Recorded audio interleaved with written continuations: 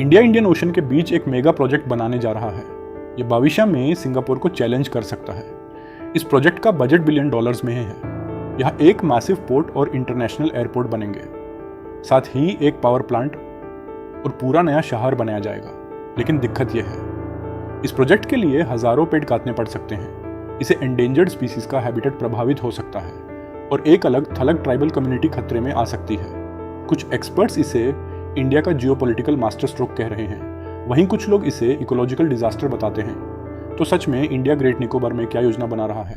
Great Nicobar island India का southern most island, इतना remote कि ये मेनलैंड इंडिया से ऑलमोस्ट दिल्ली तो दुबई डिस्टेंस जितना दूर है। ये आइलैंड अंडमान और निकोबार आइलैंड्स का पार्ट है और ये straight of Malacca near located है, जो दुनिया के सबसे इंपॉर्टेंट ट्रेड रूट्स में से एक है। अब ये रूट इंपॉर्टेंट क्यों है? क्योंकि दुनिया के ट्रेड का बड़ा हिस्सा इसी रूट से गुजरता है। चाइना, जापान, साउथ कोरिया और मिडिल ईस्ट के ऑयल टैंकर्स और कार्गो शिप्स रोज यहां से गुजरते हैं। मतलब अगर आप ग्लोबल ट्रेड कंट्रोल करना चाहते हो तो इंडियन ओशन में स्ट्रॉन्ग प्रेजेंस जरूरी है। और इसी वजह से ग्रेट निकोबार अचानक से इंडिया के लिए बहुत इंपॉर्टेंट बन गया। इंडिया का प्लान सिंपल नहीं है। ये सिर्फ एक आइलैंड डेवलपमेंट प्रोजेक्ट नहीं है। गवर्नमेंट ग्रेट निकोबार को फ्यूचर मैरीटाइम और लॉजिस्टिक्स हब बनाना चाहती है। प्रोजेक्ट के अंदर 4 मेजर चीजें प्लान्ड हैं।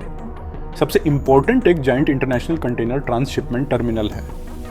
अभी इंडिया का बहुत सारा कार्गो सिंगापुर और कोलंबो जैसे फॉरेन पोर्ट्स हैंडल करते हैं। गवर्नमेंट चाहती है कि फ्यूचर में शिप्स डायरेक्टली इंडिया में आए, मतलब बिलियंस ऑफ डॉलर्स का शिपिंग बिजनेस इंडिया के अंदर रहेगा। आइलैंड पर एक डुअल यूज एयरपोर्ट भी बनेगा, सिविलियन फ्लाइट्स भी चलेंगे और मिलिट्री ऑपरेशंस भी होंगे। इसी बात ने जियोपॉलिटिक्स एक्सपर्ट्स का ध्यान खींच लिया है। प्रोजेक्ट में पावर इंफ्रास्ट्रक्चर भी शामिल है और एक नया टाउनशिप भी बनाया जाएगा। आज जो आइलैंड अधिकतर रेन फॉरेस्ट से कवर्ड है, भविष्य में वहां रोड्स, बिल्डिंग्स और इंडस्ट्रीज हो सकती हैं। लेकिन ग्रेट निकोबार प्रोजेक्ट सिर्फ इकोनॉमी के बारे में नहीं है, यह जियोपॉलिटिक्स के बारे में भी है। चाइना पिछले कई सालों से इंडियन ओशन रीजन में एग्रेसिवली पोर्ट्स बिल्ड कर रहा है। पाकिस्तान का ग्वादर पोर्ट, श्रीलंका का हम्बनतोता पोर्ट, म्यांमार प्रोजेक्ट्स।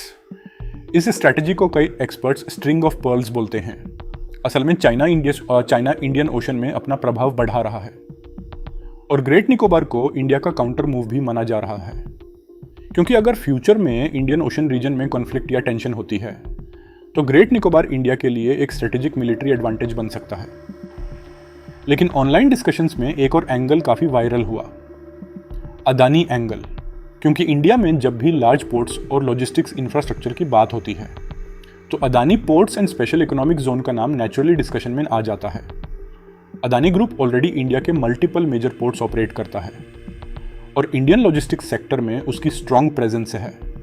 इसी वजह से क्रिटिक्स और ऑपोजिशन वॉइसेस ने क्वेश्चंस रेज किए कि फ्यूचर में प्राइवेट कॉर्पोरेशंस को कितना स्ट्रेटेजिक कंट्रोल मिल सकता है। सोशल मीडिया पर कुछ लोग इस प्रोजेक्ट को कॉर्पोरेट ड्रिवन डेवलपमेंट मॉडल का एग्जाम्पल भी बोल रहे हैं, लेकिन सपोर्टर्स का आर्ग्यूमेंट कंप्लीटली डिफरेंट है। उनके हिसाब से ऐसे मेगा इंफ्रास्ट्रक्चर प्रोजेक्ट्स को एग्जीक्यूट करने के लिए इंडिया को एक्सपीरियंस प्राइवेट कंपनीज की जरूरत पड़ेगी। और अगर इंडिया को सिंगापुर और चाइना जैसे ग्लोबल मैरीटाइम हब से compete करना है तो लार्ज स्केल कॉर्पोरेट पार्टिसिपेशन लगभग आवश्यक है। लेकिन अब आता है सबसे controversial part.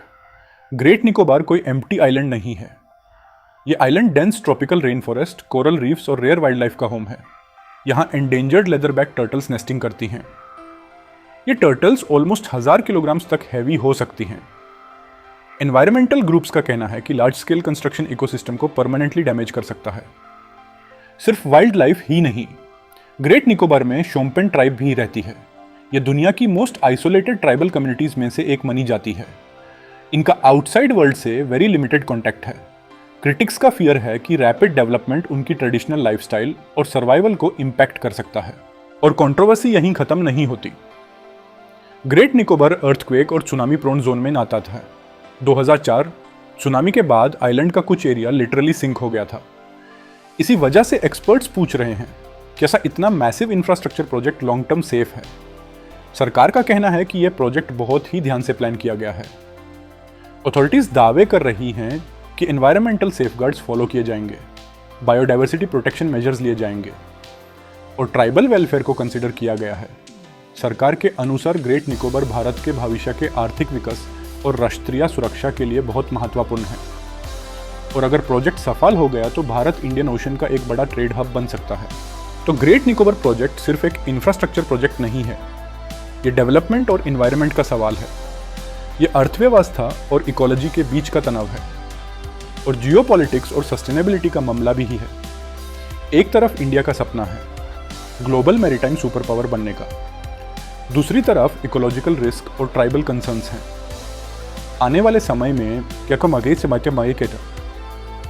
Great Nicobar India का अगला सिंगापुर बनेगा, या फिर ये भारत के सबसे बड़े एनवायरमेंटल कंट्रोवर्सीज में शुमार होगा? यह फैसला अगले कुछ सालों में होगा। आपका क्या ओपिनियन है? क्या इंडिया को ऐसे मेगा प्रोजेक्ट्स अग्रेसिवली परस्यू करने चाहिए, या एनवायरमेंट रिस्क बहुत ज़्यादा है? कमेंट करके ज़रूर बताओ, और ऐसे ही जियोपॉलिटिकल एक्सप्लेनर्स के लिए चैनल सब्सक्राइब कर लो।